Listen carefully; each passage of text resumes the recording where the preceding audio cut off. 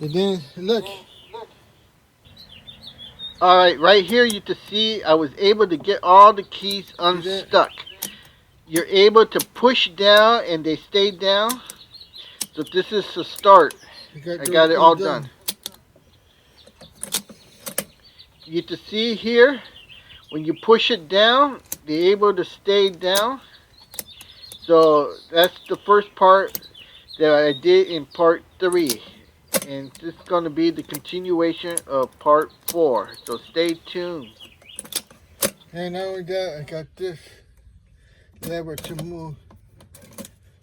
Don't ask me how I did it. Alright, sacrifice. See the screw? Man, I can't see. Alright, this is the end of part 3. There'll be a continuation for part 4 coming up soon. Alright, this is part 4, the start of part 4 in this series of restoration. Alright, so here we go, piece by piece. I got to take this, I got this screw out here, took out the lock, which is this one here. And now, to get to that screw there, I have to take out this spring bracket. And let's see if I can do that. See that? Took that out. Right there. Now, we're in here. Need some more light. Oh. Okay, so we got a cotter pin here. And where do I need to go? Got lost. Can't find the screw. There it is. Damn it. See, it's right there.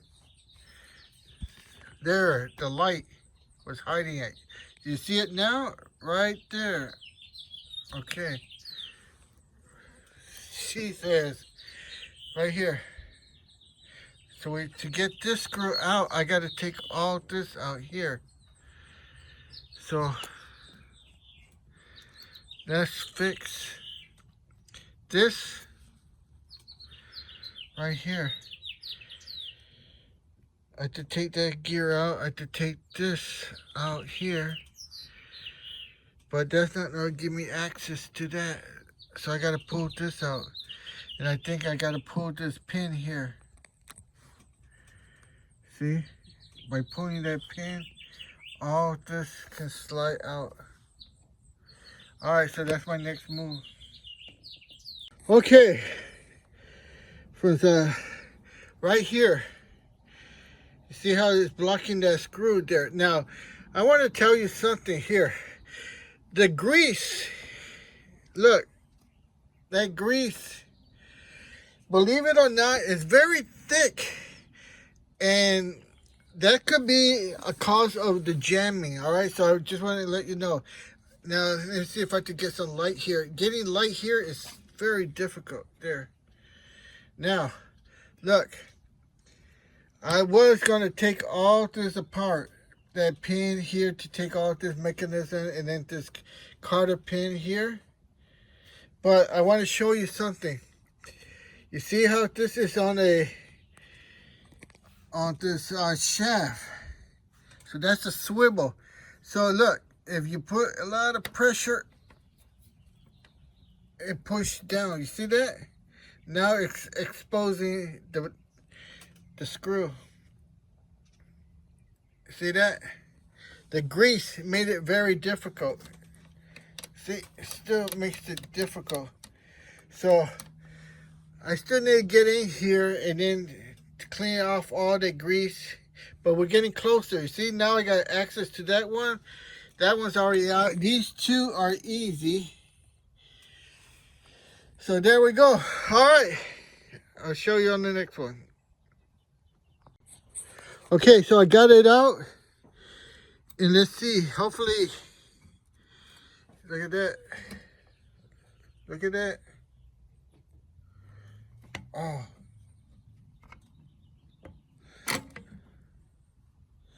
Okay, we're still caught on one thing. There it is. Now, look at that. Now we have to get in there and see exactly what we saw with the endoscope. Okay? Look at here. Oh, let me see. I got this light in my way. Okay, good.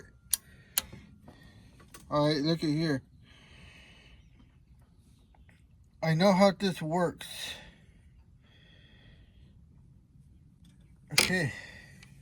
Let's see here if I can just... When the cash register goes in, this thing goes up. It pushes this.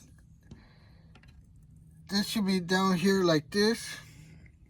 And when the cash register opens, this mechanism goes up. It pushes on this lever here, and then it pulls this back, the hammer, and then it automatically lets go. But you can see here, down here, this one, there's a spring missing that causes it to, when the cash register is pushed in, it snaps back to there. So the spring is missing or broken. So the spring goes somewhere in here. So I just need to figure out where. All right. Okay, so I got to remove this cotter pin here so I can get this arm mechanism out. And I seen this. I think it's worn out, this little lever. At first I thought it had a spring, but no. It rides up and down with this thing.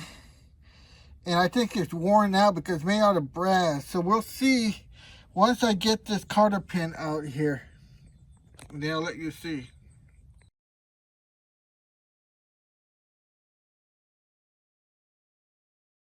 Okay, so I got it out, and then look, you put back the cotter pin because there's a washer here, you see? There's a washer there. And the cotter pin, you can always buy a new cotter pin if it breaks, but ensure you spread it so it doesn't come out. There's the washer. Because look, the piles are piling up, and you got to memorize where all those screws go. So here, let me see. I need a piece of wood, which I saw, and here we go. Alright, this is my CIA wood. See that? Intelligent agency. Alright, so we'll use the back side. So, here's the bell.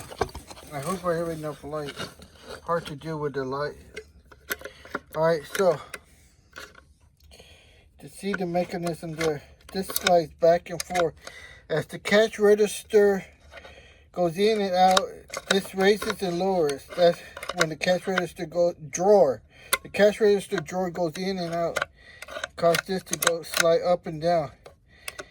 Now, this little tag down here, you see?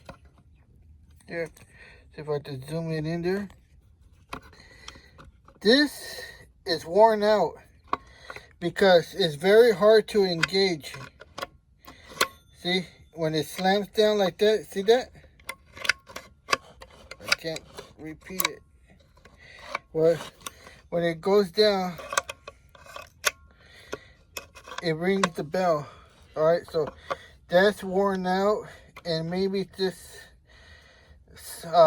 little ledge there is worn out too, but we're going to have to add a little bit more copper. See that? And then, see this plate, too much plate. That will cause it to misalign as well. So we got to fix that. We just shim it. We could do by hitting this on the other side, kind of squeezing it or shimming it, but that's an easy fix. But that's too much play. And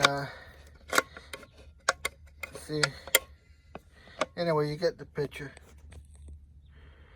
All right, so now we can take a look in there.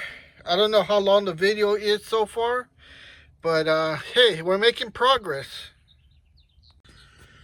Okay, so I'm gonna remove this paper. So you got a big roll there, and then it goes down here, there, through this drum, out here. Okay, that's just this one here. This video is for me. Here, here, here, and here. Okay, now this one, this receipt goes here, through that loop there, up that loop, into the registering markings right there, over that pin, and down to the winder. And this clock key just went in here like that. All right, so it's 2 rows. This one feeds the top easy. This one, this is the main feeder here, goes around here. The stamping dies, it comes back out, up over, and then gets wound up here. All right, so you can see here stamping die, and here. So this is what the customer gets, and this is what the shopkeeper keeps right here. All right, so it's 2 rows, easy. And let's take this out, and then somehow, I don't know, figure that out.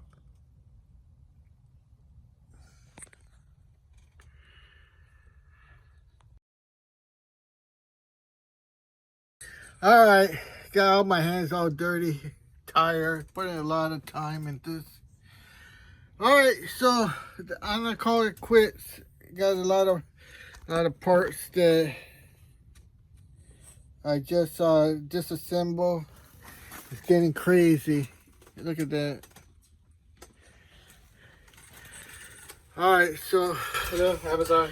all right, just shooting a video here. All right, so just talking to the UPS Amazon guy. So I'm tired, finished this, got on my hand. Like I said, I'm trying to order some new parts from Ohio. I got a contact over there.